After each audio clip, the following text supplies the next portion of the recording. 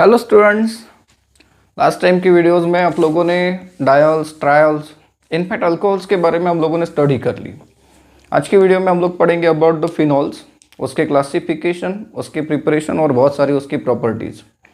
Entrance exam के हिसाब से अगर देखें तो फिनॉल्स काफ़ी इंपॉर्टेंट होते हैं। ज़रा ध्यान से इन वीडियो को देखिए और समझने की कोशिश करिए। सबसे पहले चलते हैं कि what is the meaning of the phenols. Phenols का मीनिंग क्या होता है? फिनॉल्स मतलब ऐसे ऑर्गेनिक हाइड्रोक्सी कंपाउंड्स होते हैं जिसमें हाइड्रोक्सी ग्रुप ये डायरेक्टली एरोमेटिक रिंग के साथ जुड़ा होता है। मीन्स डायरेक्टली अगर एरोमेटिक रिंग के साथ जुड़ा है तो हम लोग एक ऐसा स्ट्रक्चर अज्यूम कर सकते हैं, ये हो गया फिनॉल। ये जो कंपाउंड है ये फिनॉल्स की फैमिली का सबसे सिंपल मेंबर माना जाता है फिनॉल। मीन्स OH ग्रुप अगर कभी रिंग के साथ डायरेक्टली जुड़ा हुआ होगा तो उस कंपाउंड का क्लास कौन सा होगा? फिनॉल। मीन्स ये कंपाउंड फिनॉल है। अगर हम लोग इस कंपाउंड को देखें तो ये भी कंपाउंड फिनॉल का ही मेंबर हो गया, भले ही इसका नाम अलग होता है। सिमिलरली अगर आप इस कंपाउंड को देखें तो जरा सोचिए, this compound is not a phenol. ये एक एरोमेटिक अल्कोहल है। क्यों? क्योंकि OH ग्रुप डायरेक्टली रिंग के साथ नहीं जुड़ा हुआ है, that's why it is not a phenol. Now phenol की अगर हम लोग बात करें तो phenol is also called as carbolic acid. इसे हम लोग कार्बोलिक एसिड का नाम भी देते हैं। नाउ इसके क्लासिफिकेशन के अगर तरफ चले तो इन्हें हम लोग ठीक उसी तरीके से क्लासीफाई करते हैं जिस तरीके से हम लोगों ने कभी अल्कोहल को क्लासीफाई किया था, that is on the basis of number of OH group present in the molecule. कितने OH ग्रुप होते हैं उसके हिसाब से। मीन्स सबसे पहली जो कैटेगरी हम लोग देते हैं तो वो होती है मोनोहाइड्रिक फिनॉल्स की कैटेगरी। मोनोहाइड्रिक फिनॉल्स ऑब्वियसली जिसमें कितना OH ग्रुप प्रेजेंट रहेगा? एक ही। फॉर एग्जांपल ये देखिए, ये भी मोनोहाइड्रिक फिनॉल है। अगर मैंने कहीं ऐसा फिनॉल बना लिया होता तब भी देखिए ये मोनोहाइड्रिक फिनॉल है। इसमें दूसरी कैटेगरी हम लोग जो देंगे that is dihydric phenol. Now dihydric phenol कितने OH ग्रुप होने चाहिए? ऑब्वियसली दो। फॉर एग्जांपल अगर हम लोग ऐसा कंपाउंड बनाएं, this is called as catechol. ये कैटेकॉल नाम का कंपाउंड है। अगर हम लोग OH ग्रुप ऐसी पोजीशन पे लगाएं तो it is called as resorcinol. And if अगर हम लोग OH ग्रुप पैरा पोजीशन पे लगाएं तो it is called as quinol. क्योंकि डाई सब्सटीट्यूटेड बेंजीन के डेरिवेटिव तीन ही टाइप के होते हैं, ऑर्थो, मेटा एंड पैरा। देखिए OH ग्रुप मतलब यहाँ पर जो भी सब्सटीट्यूएंट्स है वो अगर एडजेसेंट पोजीशन पे आ जाए तो उसे आप लोग कहते हो ऑर्थो। ये 1,3 पोजीशन पे अगर आ जाए तो इसे हम लोग कहेंगे मेटा। एंड 1,4 पोजीशन पे अगर आ जाए तो इसे हम लोग कहेंगे पैरा। नाउ डाइहाइड्रिक के बाद हम लोग चलते हैं अबाउट द ट्राइहाइड्रिक फिनॉल। अब ट्राइहाइड्रिक फिनॉल का मीनिंग क्या हो जाएगा? जिसमें कितने OH ग्रुप प्रेजेंट रहने चाहिए? 3। ऑब्वियसली देखते हैं ट्राइहाइड्रिक फिनॉल्स के बारे में। ट्राइहाइड्रिक फिनॉल्स, अब इसमें तीन OH ग्रुप प्रेजेंट होने चाहिए। ये एक OH, ये दूसरा, ये तीसरा। इस कंपाउंड का नाम होता है पायरोगैलोल। सिमिलरली अगर आपके पास कहीं ऐसा कंपाउंड है तो this compound is called as phloroglucinol. And if अगर आपके पास कोई फिनॉल ऐसा है so this phenol is called as hydroxyquinol. इसे हम लोग कहते हैं हाइड्रोक्सीक्विनॉल, क्योंकि देखिए क्विनॉल ये था और ये लग गया हाइड्रोक्सी। नाउ क्लासिफिकेशन में एक और टाइप होता है दैट इज पॉलीहाइड्रिक फिनॉल्स। मतलब ऑब्वियसली उसमें कितने OH ग्रुप रहने चाहिए? Greater than 3। क्लासिफिकेशन के बाद हम लोग चलते हैं प्रिपरेशन ऑफ फिनॉल। काफ़ी इंपॉर्टेंट मेथड हमें पढ़नी है, that is preparation of phenols. इसमें सबसे पहली मेथड हम लोग पढ़ते हैं फ्रॉम क्लोरोबेंजीन। अब क्लोरोबेंजीन की अगर बात करें तो बेंजीन के ऊपर क्लोरीन ये हो गया, एंड क्लोरोबेंजीन को फिनॉल में कन्वर्ट अगर करना है तो उसके लिए हमारे पास दो मेथड्स होती है, जिसमें से पहली जो मेथड होती है दैट इज डाउस प्रोसेस। डाउ के नाम से बहुत बड़ी बड़ी केमिकल कंपनीज होती है, डाउ केमिकल्स के नाम। अब डाउस प्रोसेस में होता क्या है, क्लोरोबेंजीन हम लोग यूज करने वाले हैं। तो ये जो क्लोरोबेंजीन है, इस क्लोरोबेंजीन को सबसे पहले तो हम लोग हीट करते हैं विथ सोडियम हाइड्रोक्साइड। जब आप लोग क्लोरोबेंजीन को सोडियम हाइड्रोक्साइड के साथ हीट करते हो eight a temperature of 623 kelvin under pressure, तो इस केस में होता क्या है, पहले क्लोरीन की जगह पर आ जाता है ONA ग्रुप, जिसे हम लोग कहते हैं सोडियम फिन ऑक्साइड। यहाँ से रिलीज हो जाएगा NaCl एंड H2O। गाइज, ये जो सोडियम फिनॉक्साइड बना है, इस सोडियम फिनॉक्साइड को फिनॉल में कन्वर्ट करने के लिए हम लोग एसिडिफिकेशन कैरी आउट करते हैं, और वो अलग अलग तरीके से हो सकता है। देखिए, अगर आप लोगों ने सोडियम फिनॉक्साइड का ट्रीटमेंट कैरी आउट किया विथ डाइल्यूट HCl, तो in that case you will observe कि यहाँ से लॉस हो जाएगा NaCl एंड हमें मिलेगा product phenol. We can also use dilute sulfuric acid। अब डाइल्यूट सल्फ्यूरिक एसिड के साथ रिएक्शन को देखें तो इसमें दो प्रोटॉन्स हैं, तो इसकी क्वांटिटी डबल लगेगी, यहाँ पर बन जाएगा 2 molecules of the phenol, and इस केस में रिलीज होता है sodium sulphate as a by product.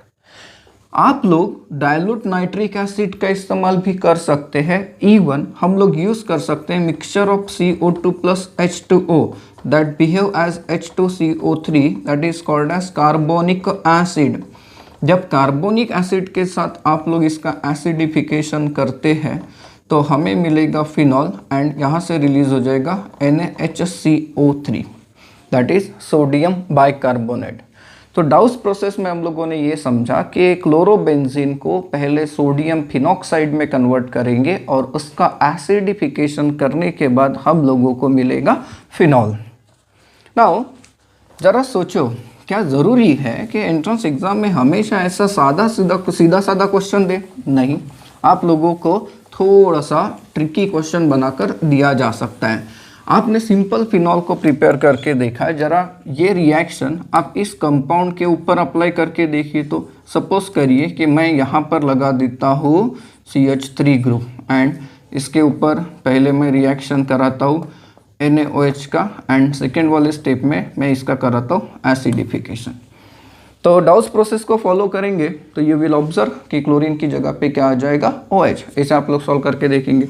इतना ही नहीं, सपोज करिए, मान लीजिए कि मेरे पास कोई ऐसा कंपाउंड होगा, तो क्या मैं इसके ऊपर डाउस रिएक्शन अप्लाई नहीं कर सकता? क्यों नहीं कर सकता? पहले हम लोग इसका ट्रीटमेंट करेंगे NaOH के साथ, एंड देन सेकेंडली आने वाले फिनॉक्साइड का आप लोग करोगे एसिडिफिकेशन। यहाँ पर भी आप लोगों को क्लोरीन की जगह OH मिलेगा। ये डाउ प्रोसेस थी। क्लोरोबेंजीन को फिनॉल में कन्वर्ट करने के लिए हमारे पास दूसरी एक और मेथड होती है, that is rusting process. Rusting process की अगर हम लोग बात करें तो this is generally used as industrial method. थोड़ी सिंपल होती है। क्लोरोबेंजीन को जब आप लोग स्टीम के साथ हीट करते हो, that is water vapour, at a high temperature of 698 Kelvin in presence of the catalyst silica, or you can use calcium phosphate। तो ड्यूरिंग दैट केस यहाँ पर क्लोरीन की जगह पर आ जाता है OH ग्रुप, एंड जब क्लोरीन की जगह पर OH ग्रुप आ जाएगा तो हमें प्रोडक्ट मिलेगा फिनॉल, यहाँ से रिलीज हो जाएगा HCl। देखो, कई बार जब आप लोग स्टेट बोर्ड में इस रिएक्शन को सॉल्व करने जाते हो तो स्टूडेंट्स पानी के साथ रिएक्शन तो कर देता है, लेकिन ये कंडीशन मेंशन करना भूल जाता है।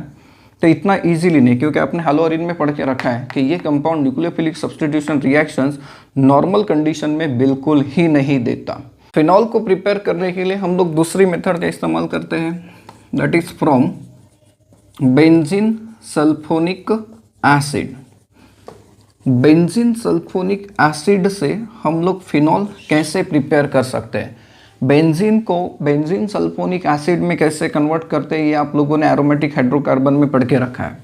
अगर हम लोग बेंजीन सल्फोनिक एसिड की बात करें तो ये कंपाउंड हो गया बेंजीन सल्फोनिक एसिड। एंड इसे जब आप लोग ट्रीट करते हो विथ NaOH तो यहाँ पर होता है न्यूट्रलाइजेशन। पहली स्टेप जो होती है ये होती है न्यूट्रलाइजेशन। देखिए acid and alkali, salt and water मिलना चाहिए, चलो वाटर निकाल लेते हैं ना। वाटर निकला तो ये H और ये OH, आप लोगों के सामने जो प्रोडक्ट आएगा ये प्रोडक्ट तो ऐसा बच रहा है SO3Na। इसे हम लोग नाम देते हैं sodium benzene sulphonate. Sodium benzene sulphonate. ये जो सोडियम बेंजीन सल्फोनेट है, दैट सोडियम बेंजीन सल्फोनेट को फिर हम लोग फ्यूज करते हैं विथ NaOH। फ्यूज करना मतलब सॉलिड स्टेट में इसे हीट करना। हीटिंग कैरी आउट करते हैं एट 573 केल्विन। तो ड्यूरिंग दैट केस ये जो सोडियम बेंजीन सल्फोनेट है ये कन्वर्ट हो जाता है इस कंपाउंड में जिसे हम लोग जानते हैं as a sodium phenoxide. And यहाँ से रिलीज हो जाता है Na2SO3, that is sodium sulphide. And यहाँ से रिलीज हो जाता है H2। नाउ सोडियम फिनॉक्साइड को फिनॉल में कैसे कन्वर्ट करते हैं ये तो आप लोगों ने देखा ही है। जो सोडियम फिनॉक्साइड है इसका अगर हमने एसिडिफिकेशन कैरी आउट कर दिया, फॉर एग्जांपल चलो डाइल्यूट सल्फ्यूरिक एसिड के साथ, इस मेथड में डाइल्यूट सल्फ्यूरिक एसिड के साथ हम लोग यूज़ करते हैं। यहाँ पे 2 प्रोटॉन्स है इसलिए मैंने इसकी क्वांटिटी डबल ली है। तो इन दैट केस आप लोगों के सामने जो प्रोडक्ट आएगा दैट इज फिनॉल एंड यहाँ से रिलीज हो जाता है सोडियम सल्फेट। नाउ इसके ऊपर अप्लाई करिए यही मेथड। क्या हम लोग यहाँ से स्टार्ट कर सकते, या फिर मान लीजिए कि आप लोगों को ऐसा कोई कंपाउंड दिया हुआ है, यहाँ पर है CH3, आपको कहता है कि पहले NaOH के साथ रिएक्शन है, फिर उसके बाद NaOH एंड हीट मतलब फ्यूज़न समझिए। एंड उसके बाद अगर कहता है कि एसिडिफिकेशन कर रहे हैं तो क्या होगा, तो ये तीनों स्टेप फॉलो होंगी। SO3H की जगह पर कौन आ जाएगा, इनफैक्ट OH आ जाएगा। आप लोगों को प्रोडक्ट मिलेगा करस्पॉन्डिंग फिनॉल। तो फिनॉल को प्रिपेयर करने के लिए ये हम लोग दूसरी मेथड यूज़ करते हैं। इन फिनॉल को प्रिपेयर करने के लिए हम लोग तीसरी एक और मेथड यूज़ करते हैं, that is important method from cumin. Third one is the from cumin.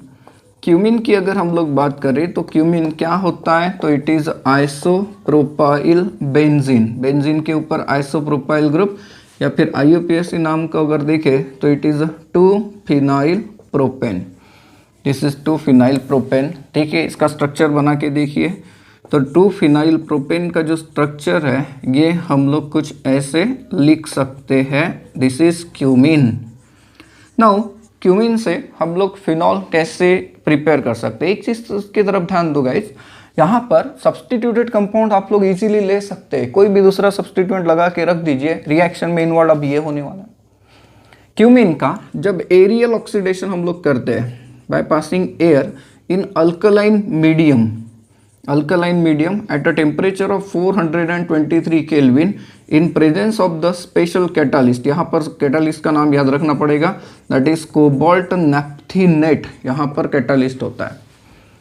जब क्यूमिन का एरियल ऑक्सीडेशन हम लोग कैरी आउट करते हैं तो क्यूमिन कन्वर्ट हो जाता है into such kind of the compound. ये जो कंपाउंड आपके सामने बन के आया, इस कंपाउंड का हम लोग नाम देते हैं cumene hydroperoxide. This is called as cumene hydroperoxide. And जब क्यूमिन हाइड्रोपेरोक्साइड को आप लोग डिकम्पोज करते हो with dilute sulphuric acid, dilute sulphuric acid के द्वारा जब आप लोग इसे डिकम्पोज करते हो तो इन दैट केस इसका डिकम्पोजिशन होता है, इसे ऑटो ऑक्सीडेशन की प्रोसेस भी कहते हैं। एंड आप लोगों के सामने फिनॉल ऐसे आता है, ये बॉन्ड यहाँ से टूटकर जुड़ता है, तो यहाँ से टूटकर जुड़ेगा, हमें फिनॉल तो मिल जाएगा, ठीक है, लेकिन बचा क्या जरा सोचो। तो इस रिएक्शन में एक बाय प्रोडक्ट मिलता है that is acetone. And obviously acetone is a very good industrially important organic compound. चौथी मेथड की अगर हम लोग बात करें जो कि हम लोग यूज़ कर सकते हैं for the preparation of phenol, that is from aniline. And यहाँ पर हम लोग यूज़ करेंगे कॉन्सेप्ट डाइजोटाइजेशन का। ये ऐसा कंसेप्ट है जो आप लोगों ने हेलोअरीन की प्रॉपर्टीज में पढ़ के रखा है, दैट इज सैंडमैयर्स रिएक्शन। डाइजोटाइजेशन क्या होता है और उससे फिनॉल कैसे मिलता है, देखिए। एरोमेटिक प्राइमरी अमाइन, जिसका सिंपल एग्जांपल आप लोग ले सकते हो एनिलीन। इस एनिलीन को जब हम लोग ट्रीट करते हैं with mixture of NaNO2 plus HCl at a temperature of 0 to 5 degree Celsius, that is 273 to 278 kelvin, तो ड्यूरिंग दैट केस यहाँ पर प्रोड्यूस होगा नाइट्रस एसिड जो इसे डाइजोटाइज करेगा, एंड डाइजोटाइज होने के बाद ये आपको देता है कुछ ऐसा कंपाउंड जिसका नाम होता है बेंजीन डाइजोनियम क्लोराइड।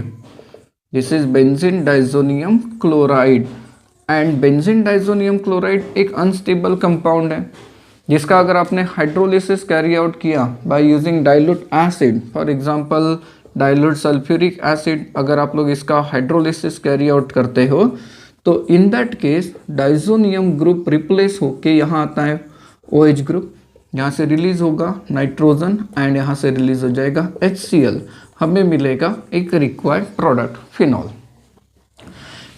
स्टूडेंट्स, अब ये तो सिंपल मेथड हो गई कि हम लोगों ने एनिलीन को फिनॉल में कैसे कन्वर्ट किया। मैं आप लोगों के लिए क्वेश्चन छोड़ता हूँ, आप लोग इसे ट्राई करिए। सपोज मैं स्टार्ट करता हूँ विथ बेंजीन। बेंजीन का अगर आप लोगों ने नाइट्रेशन कैरी आउट किया by using concentrated sulphuric acid तो इट गिव्स A। इस नाइट्रोबेंजीन का मैं क्लोरीनेशन कैरी आउट करता हूँ by using chlorine in presence of FeCl3, it gives compound B। Compound B का मैं रिडक्शन करता हूँ by using tin and concentrated HCl, it gives C। And then after इस C के ऊपर मैं अप्लाई करता हूँ पहले डाइजोटाइजेशन एंड देन उसके बाद मैं अप्लाई करता हूँ एसिडिक हाइड्रोलिसिस, तो दैट गिव्स प्रोडक्ट D। तो यू हैव टू आइडेंटिफाई कि यहाँ पर आपको कौन सा कंपाउंड मिलेगा एज अ प्रोडक्ट। बना के देखिए, काफ़ी मज़ेदार है। चलो एक और ले लेते हैं। सपोज करिए कि हमारे पास कंपाउंड है, ये कौन सा है आप लोगों को पता होगा। मैं इसे हीट करता हूँ in red hot iron tube at a temperature of 873 kelvin, it gives A। Then मैं इसका नाइट्रेशन लगा देता हूँ in presence of sulphuric acid, it gives B। मैं इसका रिडक्शन लगा देता हूँ by using sodium metal and ethanol, it gives C। And इस C के ऊपर फिर से वही डाइजोटाइजेशन फॉलोड बाय हाइड्रोलिसिस में अप्लाई करता हूँ, प्रोडक्ट मिलता है यहाँ पर D। ट्राई करिए, काफ़ी कंसेप्ट यहाँ पर यूज़ करने पड़ेंगे। एरोमेटिक कंपाउंड्स की प्रिपरेशन के बारे में आपने जो पढ़ा, उनकी प्रॉपर्टी जो पढ़ी, वो यहाँ पर आपको हेल्प करेगी ये क्वेश्चन बनाने के लिए। इस टाइप के क्वेश्चन आप लोगों को मिलेंगे ना एग्जाम में, इतना सिंपल क्वेश्चन थोड़ी देगा एंट्रेंस एग्जाम की अगर हम लोग बात करें तो। अब चलते हैं फिनॉल को प्रिपेयर करने के लिए और कौन सी मेथड का हम लोग इस्तेमाल कर सकते हैं उसके तरफ, दैट इज नंबर 5। फिफ्थ वाली मेथड की तरफ हम लोग चलते हैं। हम लोग फिनॉल को प्रिपेयर कर सकते हैं फ्रॉम ग्रिग्नार्ड्स रिएजेंट ऑल्सो। इस मेथड का इस्तेमाल करके जैसे आपने अल्कोहल बनाए थे ठीक वैसे आप लोग फिनॉल भी बना सकते हैं। कैसे, देखिए, अगर हम हेलोअरीन से स्टार्ट करें, फॉर एग्जांपल क्लोरोबेंजीन, एंड मैं कहता हूँ कि इसका रिएक्शन मैं मैग्नीशियम के साथ करता हूँ in presence of dry ether, तो ड्यूरिंग दैट केस आप लोगों को प्रोडक्ट जो मिलेगा वो मिलेगा फिनाइल मैग्नीशियम क्लोराइड।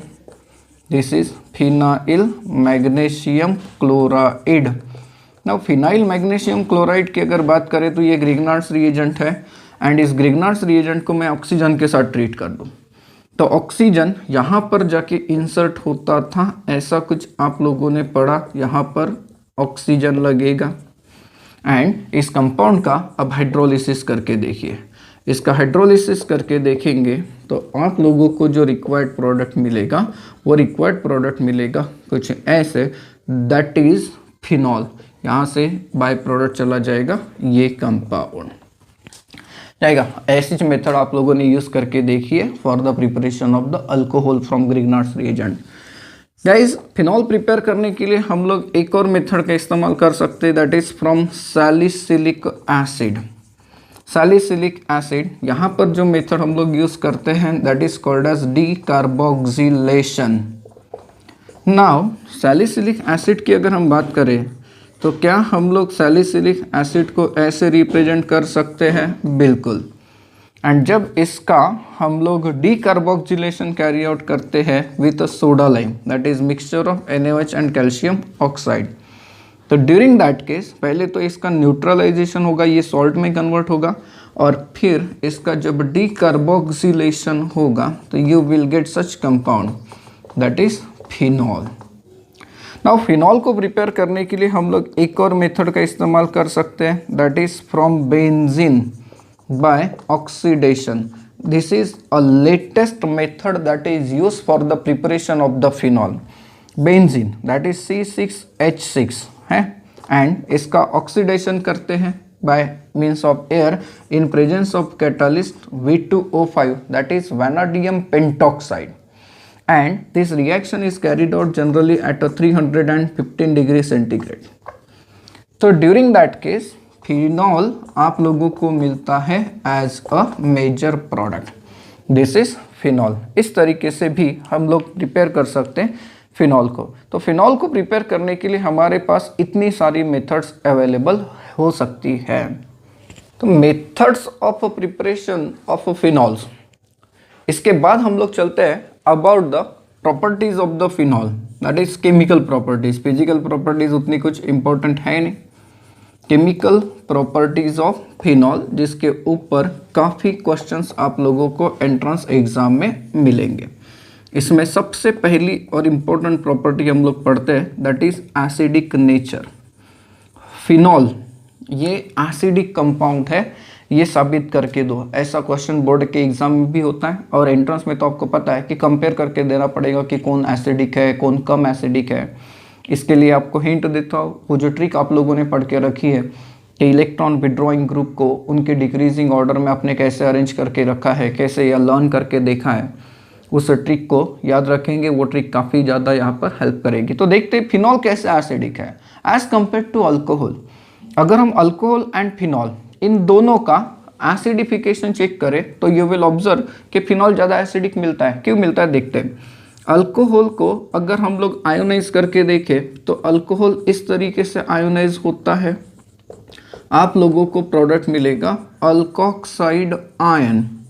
ठीक है, इससे साबित हो गया अल्कोहल भी एसिडिक है। हाँ, हम लोगों ने पढ़ के रखा है कैसे एसिडिटी बढ़ती है कैसे कम होती है। फिनॉल की अगर हम लोग बात करें तो फिनॉल भी कंपाउंड एसिडिक होता है। इसका अगर आपने आयोनाइजेशन करके दिखाएं तो फिनॉल आयोनाइज होने के बाद ये कुछ ऐसा बन जाता है जिसे हम लोग कहेंगे phenoxide ion. This is phenoxide ion. Now अगर हम लोग इन दोनों आयन को कंपेयर करें तो इट इज ऑब्जर्व कि अल्कोक्साइड आयन में जो नेगेटिव चार्ज है इट इज लोकलाइज्ड, वो एक ऑक्सीजन के ऊपर रुका हुआ है। बट अगर आप फिनॉक्साइड आयन की बात करें तो फिनॉक्साइड आयन में नेगेटिव चार्ज एक ऑक्सीजन के ऊपर रुका हुआ नहीं होता, वो डीलोकलाइज होता है due to the phenomena of the resonance. याद करिए रेजोनेंस आपने पढ़ के रखा है। देखो कैसे, अगर हम लोग फिनॉक्साइड आयन की बात करें तो फिनॉक्साइड आयन मैं इस तरीके से रिप्रेजेंट करा सकता हूँ। अब ये इलेक्ट्रॉन डोनेटिंग ग्रुप बन के आपको पता है कैसे आइडेंटिफाई करते हैं कि कौन सा ग्रुप इलेक्ट्रॉन डोनेटिंग एंड कौन सा ग्रुप इलेक्ट्रॉन विड्रॉइंग है। तो ये जो नेगेटिव क्लाउड है ये जब रिंग की तरफ जाएगा तो यहाँ के जो इलेक्ट्रॉन्स है ये इलेक्ट्रॉन्स आ जाएंगे ऑर्थो पोजीशन के ऊपर। आपके सामने जो स्ट्रक्चर आएगा वो देखिए कुछ ऐसा स्ट्रक्चर आएगा, इस पोजीशन के ऊपर आ गया नेगेटिव चार्ज। नाउ इस नेगेटिव चार्ज का फिर से डिस्पर्शन होता है, डिलोकलाइजेशन होता है बाय मींस ऑफ रेजोनेंस। जब ये इन दो कार्बन के बीच में इलेक्ट्रॉन पेयर शेयर होगी तो यहाँ की इलेक्ट्रॉन पेयर इस कार्बन पे जंप करेगी, आप लोगों को मिलेगा ऐसा स्ट्रक्चर जिसमें पैरा पोजीशन के ऊपर आ गया नेगेटिव चार्ज। अब ये नेगेटिव चार्ज अगर हम लोग आगे डिस्पर्स कराते हैं तो यू विल ऑब्जर्व कि हमें ऐसा रेजोनेटिंग स्ट्रक्चर मिलेगा ऐसा रेजोनेटिंग स्ट्रक्चर। एंड एक स्टेप जब फिर से हम लोग सामने चले जाएंगे तो यू विल ऑब्जर्व कि इलेक्ट्रॉन की पेयर अब ऑक्सीजन के पास वापस चली गई, यहाँ पर सिंगल बॉन्ड आ गया, आप लोगों के सामने ऐसा स्ट्रक्चर मिल गया जो कि पहले वाले स्ट्रक्चर का अपोजिट दिखता है। मतलब फिनॉक्साइड आयन ये अकेले फॉर्म में नहीं है, इसके टोटल कितने फॉर्म्स है? 4, और ये एक 5वां। नाउ अल्कोक्साइड के मुकाबले ज्यादा स्टेबल कौन हो गया? फिनॉक्साइड। चलो मान लेते हैं कि इसका जो कंजुगेट बेस है ये है, इसका जो कंजुगेट बेस है ये है, और इसमें ज्यादा स्टेबल कौन मिला? Phenoxide ion. ठीक है, अब फिनॉक्साइड आयन ज्यादा स्टेबल है, इसलिए फिनॉल क्या हो गया? ज्यादा acidic as compare to the alcohol. Sir ऐसा फिनोमिना तो हम लोगों ने फिनॉल में भी पढ़ा हुआ था, पॉजिटिव रेजोनेंस। हाँ, अगर हम लोग फिनॉल की बात करें तो उस केस में भी रेजोनेंस हमें मिलता है। देखो हम लोग फिनॉल को ऐसे रिप्रेजेंट कर सकते हैं, ये इलेक्ट्रॉन डोनेटिंग ग्रुप है, ये दे देगा इलेक्ट्रॉन।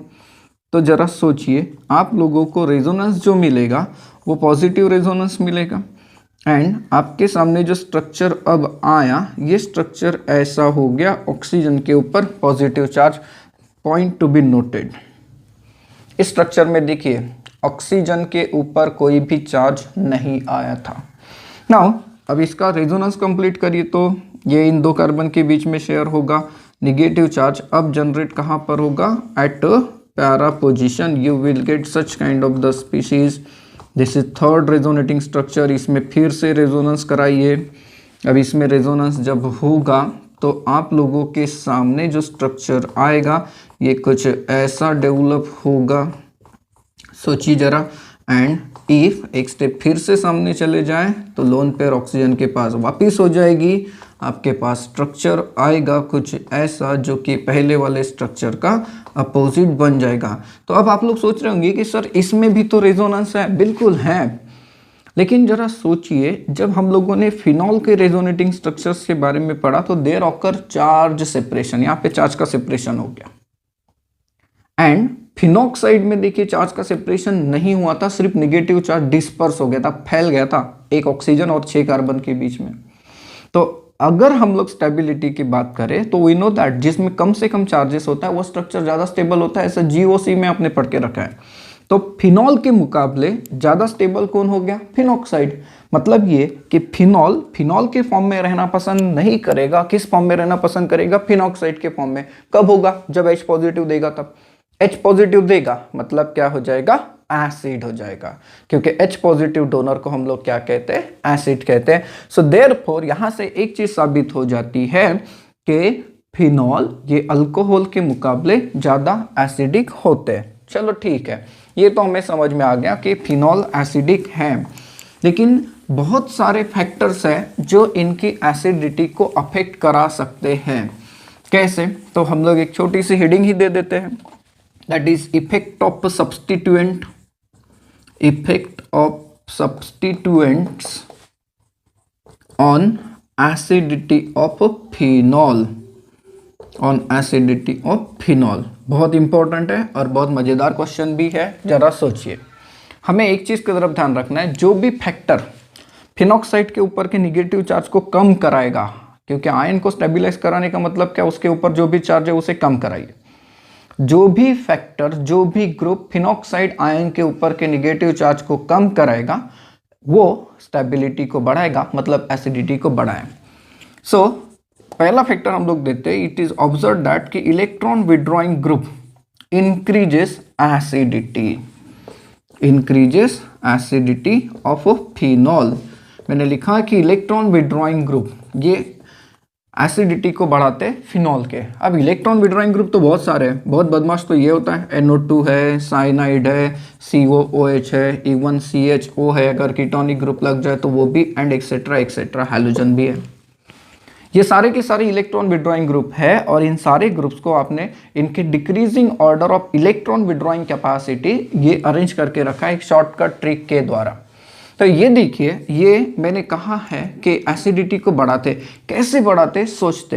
एंड फर्दर ये अगर ऑर्थो एंड पैरा पोजीशन पे है, ऑर्थो एंड पैरा पोजीशन पे, तो ये जो इफेक्ट है इट इज मोर प्रोनाउंस्ड, ये काफी ज्यादा आप लोगों को दिखता है यहाँ पर एट्स कंपेयर टू मेटा पोजीशन। क्योंकि आपने जब रेजोनेटिंग स्ट्रक्चर्स देखे फिनॉक्साइड एंड फिनॉल के, यू विल ऑब्जर्व कि मेटा पोजीशन पे कोई भी टाइप का नेगेटिव चार्ज नहीं आया था, सिर्फ ऑर्थो और पैरा पे आया था। तो ऑर्थो एंड पैरा पे अगर इलेक्ट्रॉन विड्रॉइंग ग्रुप लगेगा तो क्या होगा, वो ऑर्थो एंड पैरा से इलेक्ट्रॉन की डेंसिटी को कम करेगा, अपने तरफ खींच लेगा, एंड देयरफॉर वो क्या करेगा, एसिडिटी को बढ़ाएगा। कैसे, सोचो, अगर हम लोग कोई भी एक फिनॉल, जस्ट इमेजिन ये फिनॉल लेते हैं, तो वी नो दैट कि ये इलेक्ट्रॉन अभी इस डायरेक्शन में जा रहे हैं because oxygen is more electronegative, ठीक है, मानते हैं। अगर आपने यहाँ इलेक्ट्रॉन विड्रॉइंग ग्रुप जोड़ दिया, इलेक्ट्रॉन विड्रॉइंग ग्रुप, इनमें से कोई भी, तो ये क्या करेगा, इलेक्ट्रॉन को विड्रॉ करेगा, हाँ करिए, अपने तरफ खींचेगा। जब ये इलेक्ट्रॉन अपने तरफ खींचेगा तो रिंग क्या करेगी, ऑक्सीजन की इलेक्ट्रॉन खींचने की कोशिश करेगी। एज अ रिजल्ट ऑक्सीजन की इलेक्ट्रॉन अगर जा रहे तो ऑक्सीजन किसके इलेक्ट्रॉन खींच लेगा, हाइड्रोजन के, इसे फ्री कर देगा। अब ये फ्री हो गया तो एसिड की डेफिनेशन लागू होगी, जितना अच्छे से फ्री करेगा एसिडिटी उतनी तो अच्छे से बढ़ेगी। इसीलिए हम लोगों ने कहा है कि इलेक्ट्रॉन विड्रॉइंग ग्रुप जो होते हैं, ये इलेक्ट्रॉन विड्रॉइंग ग्रुप एसिडिटी को क्या कर देते हैं, बढ़ाते हैं। अब कई सारे इलेक्ट्रॉन विड्रॉइंग ग्रुप्स के हम लोग ऑर्डर्स के बारे में भी पढ़ते हैं। यहाँ पर एक और चीज, आगे बढ़ने से पहले एक और चीज याद रखिए कि acidity of phenols is directly proportional to the number of electron withdrawing groups। मतलब ये कि जैसे जैसे इलेक्ट्रॉन विड्रॉइंग ग्रुप का नंबर बढ़ता है वैसे वैसे एसिडिटी भी बढ़ती है। कई सारे एग्जांपल्स हो सकते हैं। सबसे पहले बात करते हैं नाइट्रोफिनॉल्स। नाइट्रोफिनॉल्स के एसिडिटी का जो ऑर्डर आपको मिलता है, ये मिलता है कुछ ऐसे, para, then ortho and then meta. मतलब para nitrophenol is more acidic, देन उसके बाद ऑर्थो का नंबर आ गया और उसके बाद कौन आ गया, मेटा का। अब पैरा नाइट्रोफिनॉल को देखिए, पैरा नाइट्रोफिनॉल तो ऐसा कंपाउंड हो गया। देन उसके बाद ऑर्थो नाइट्रोफिनॉल को देखिए, ये कुछ ऐसा कंपाउंड हो गया। एंड देन मेटा नाइट्रोफिनॉल को देखो, ये ऐसा कंपाउंड हो गया, ठीक है, ये हो गया मेटा नाइट्रोफिनॉल। एक चीज की तरफ ध्यान रखिए, Na2 ग्रुप इलेक्ट्रॉन विड्रॉइंग है, मतलब माइनस आई इफेक्ट शो करता है, हाँ ये माइनस आर भी तो शो करता है, negative resonance. And minus I and minus R हमेशा डोमिनेटिंग फैक्टर कौन सा, रेजोनेटिंग इफेक्ट, ठीक है। लेकिन एक चीज की तरफ ध्यान ये भी रखना है कि minus I effect decreases with the distance, ये डिस्टेंस के ऊपर डिपेंड करता है। तो सर अगर ऐसी बात है तो ये काफी पास में, तो यहां पास में से अगर ये minus I as well as minus R effect show करता है तो सर ये ज़्यादा एसिडिक होना चाहिए, क्योंकि बहुत जल्दी इलेक्ट्रॉन की डेंसिटी को अपनी तरफ खींचेगा। बिल्कुल सोच रहे आप, बिल्कुल सही सोच रहे। लेकिन ऑर्डर लिखा मैंने उल्टा ही, पैरा कैसे ज़्यादा आ गया, क्योंकि जबकि यहाँ पे तो डिस्टेंस बढ़ गया। एंड मेटा आखिरी में क्यों है, तो एक चीज़ याद रखिए, रेजोनेंस का इफेक्ट मेटा पोजिशन पे नहीं मिलता, इसलिए वो तो लेस एसिडिक है as compare to this two. लेकिन सर होना चाहिए था ये, लेकिन हुआ नहीं। हाँ, इसका फैक्टर ये है कि जो ऑर्थोनाइट्रोफिनॉल है वो ऑर्थोनाइट्रोफिनॉल कुछ ऐसा ग्रुप है, एंड ये ऑर्थोनाइट्रोफिनॉल क्या करता है, इंट्रामोलिकुलर हाइड्रोजन बॉन्डिंग बना लेता है। अब ये इंट्रामोलिकुलर हाइड्रोजन बॉन्डिंग बनने के कारण क्या हो गया, इसमें पोलैरिटी काफ़ी कम हो गई। एज अ रिजल्ट ये हाइड्रोजन इसे छोड़ के जाएगा, लेकिन उतना ईजी नहीं जितना ईजी यहाँ पे जाएगा। माना कि निगेटिव आई डिस्टेंस के साथ कम कम होगा, लेकिन यहाँ पर माइनस आर भी है एंड यहाँ ये काफ़ी दूर ग्रुप है, सो देयरफॉर यहाँ हाइड्रोजन बॉन्ड बनने का कोई चांस ही नहीं है।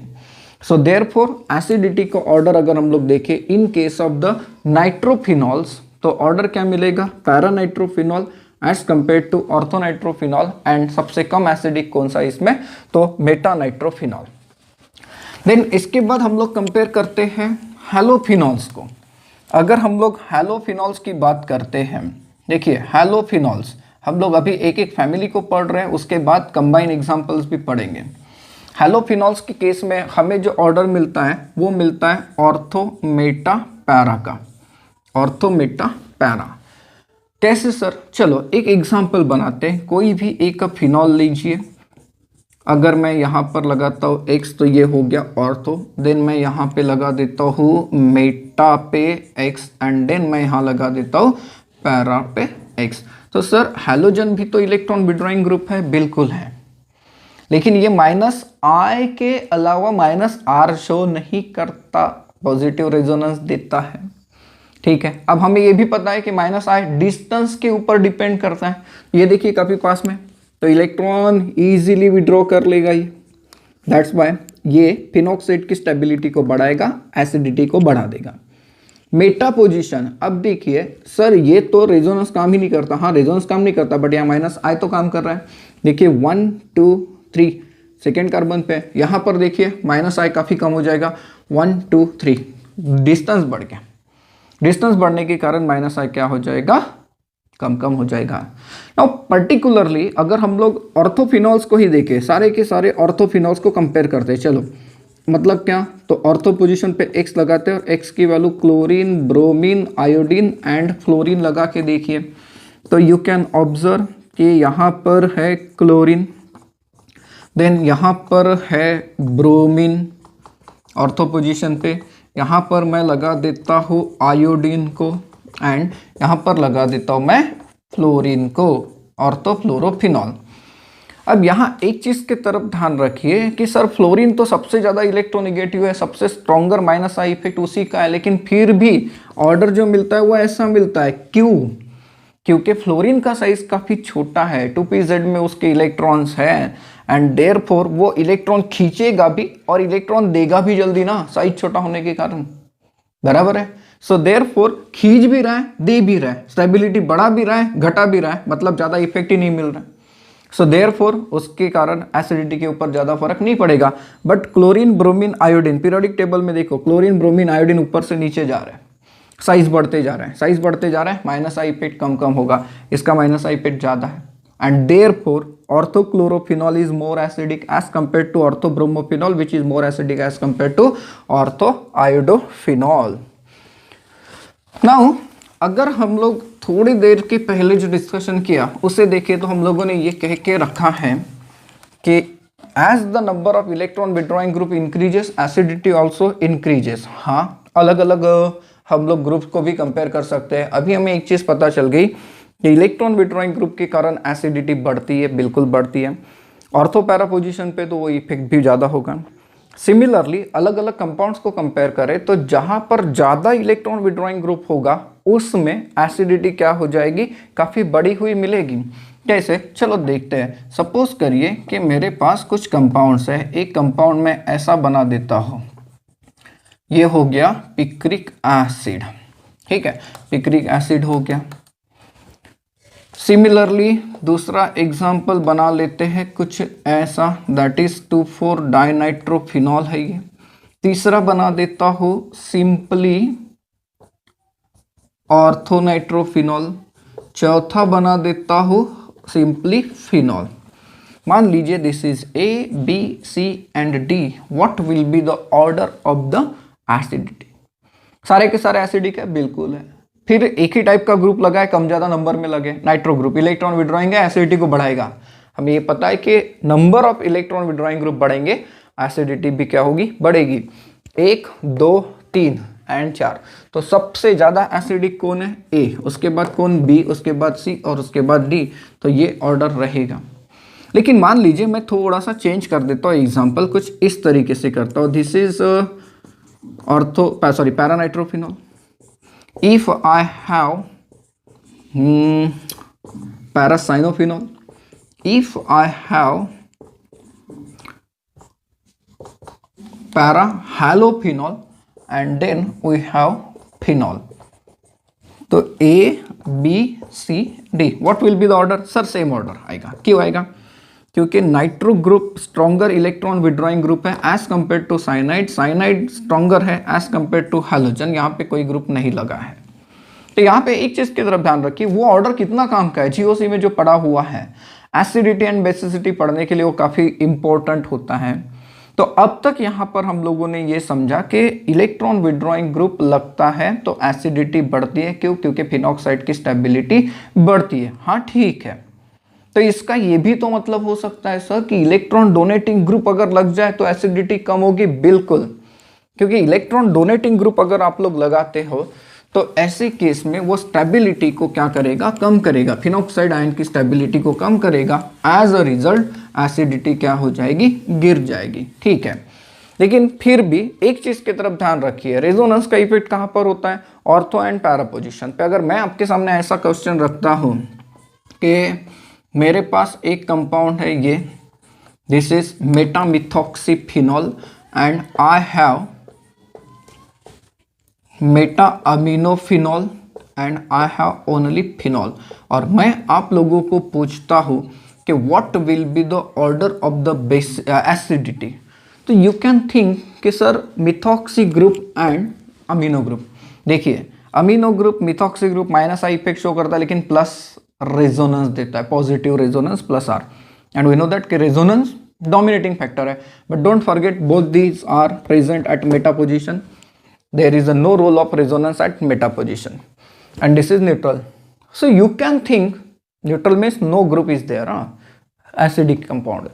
तो you can think sir electron donating group है तो सबसे ज़्यादा acidic ये होना चाहिए. You can think, but it is wrong.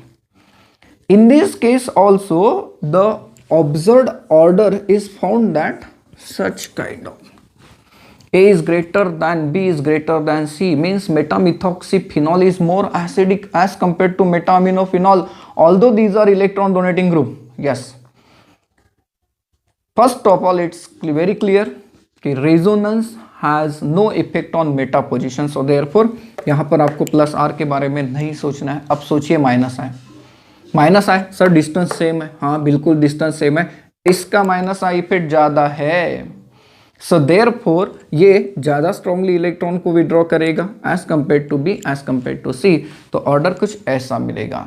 एक चीज की तरफ ध्यान रखिए, लेकिन अगर आप लोगों को सेम ग्रुप दिए होते, जैसे आपको कहा होता कि यहाँ पर अमीनो ग्रुप है, देन उसके बाद यहाँ पर अमीनो ग्रुप है, एंड तीसरा अगर यहाँ पर अमीनो ग्रुप है, तो अब एसिडिटी का ऑर्डर क्या होगा? अब आप लोग सोचिए, ये यहाँ पर प्लस आर तो देता है, लेकिन प्लस आर का इफेक्ट कहाँ पर होता है? ऑर्थो एंड पैरा पोजिशन पे. ठीक है, नाउ अगर ऐसी बात है तो it is also depend on the distance.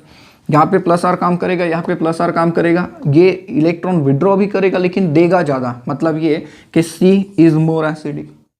अब जरा सोचो, ये ज़्यादा दूर है एंड देन ये है, ये काफ़ी पास में, तो ये लेगा भी और देगा भी, तो फिर सी के बाद किसका नंबर आएगा? बी का, और उसके बाद किसका नंबर आएगा? ए का. तो यू हैव टू ऑब्जर्व कि कौन से ग्रुप लगे हैं एंड कौन से पोजीशन पे लगे हैं. इस तरीके से आप लोगों ने पढ़ के रखी है जीओसी के अंदर बहुत सारे कंपाउंड्स की एसिडिटी को कैसे कंपेयर हम लोग कर सकते हैं. हमेशा याद रखिए, इलेक्ट्रॉन विड्रॉइंग ग्रुप जो होते हैं ये एसिडिटी को बढ़ाते हैं. क्यों? क्योंकि जो कंजुगेट बेस मिलता है किसी भी एसिड का, जो आयनाइन है, उसकी स्टेबिलिटी को बढ़ाने का काम कौन करता है? Electron withdrawing group. And definitely electron donating group उसका अपोजिट काम करेगा. मतलब इलेक्ट्रॉन डोनेटिंग ग्रुप क्या करेगा? स्टेबिलिटी, एसिडिटी को घटाएगा. कैसे? चलो एक कंपेयर करते हैं, अलग अलग टाइप के कंपाउंड्स को हम लोग लेते हैं. सपोज करिए कि मैं कुछ ढेर सारे कंपाउंड्स आपके सामने रख देता हूँ. ये हो गया नॉर्मल फिनॉल. अब मैं यहाँ पर लगा देता हूँ मिथाइल ग्रुप, यहाँ पर लगा देता हूँ मैं साइनाइड ग्रुप, यहाँ पर मैं लगा देता हूँ OH, यहाँ पर OH ग्रुप, यहाँ पर मैं लगा देता हूँ नाइट्रो ग्रुप, देन यहाँ पर मैं लगा देता हूँ मिथॉक्सी ग्रुप. सपोज करिए कि हमारे पास इतने सारे कंपाउंड है, A B C D E F, 6 compound है. बहुत अच्छी प्रैक्टिस हो जाएगी. एक तो सारे के सारे फिनॉल्स है बिल्कुल. अब सोचिए कि कौन सा ग्रुप लग रहा है और कौन सा इफेक्ट देता है. Methyl group. मिथाइल ग्रुप आपको क्या देता है? Plus I effect. रेजोनेंस नहीं देता, हाइपर कॉन्जुगेशन देता है. And we know that hyperconjugation बड़ा होता है as compare to inductive. Inductive का नंबर काफ़ी कम होता है. Cyanide group. साइनाइड ग्रुप कैसा है? Electron withdrawing. माइनस आई तो दे ही रहा है, इलेक्ट्रॉन विड्रॉइंग है तो ये माइनस आर भी देगा. OH ग्रुप माइनस आई देता है लेकिन प्लस आर देता है. देन उसके बाद ये माइनस आई एंड ये माइनस आर देता है, ये प्लस आर माइनस आई देता है. ठीक है, अब आपको देखना है कि जो सबसे ज़्यादा इलेक्ट्रॉन विड्रॉइंग ग्रुप होगा वो ज़्यादा एसिडिक होगा, तो वो कौन सा है? E. तो ई के बाद कौन सा आर है फिर सी, ठीक है। अब जरा देखिए, ये इलेक्ट्रॉन डोनेटिंग ग्रुप है, ये भी डोनेटिंग ग्रुप है, ये भी डोनेटिंग ग्रुप है, और यहाँ पे कुछ भी नहीं लगा, तो अब नंबर किसका आएगा, ए। अब सोचिए ज़्यादा एसिडिक इनमें से कौन होगा, तो this is electron donating plus R operate करेगा, यहाँ पर हाइपर कंजुगेशन का रोल है, सो देयरफॉर ये ज़्यादा एसिडिक होगा as compare to B, and आखिरी में कौन आ जाएगा, एफ। तो ऐसा ऑर्डर आप लोगों को मिलेगा। तो स्टूडेंट्स, ऐसे कई सारे क्वेश्चंस का प्रैक्टिस हमने जीओसी में लेके देखा है। इनफैक्ट अब जब हमारे नोट्स यूज़ करोगे फिनॉल के प्रिपरेशन एंड प्रॉपर्टीज़ के लिए, तो उसमें ऐसे कई सारे क्वेश्चंस हैं जो आप लोगों को इसका प्रैक्टिस कराएंगे।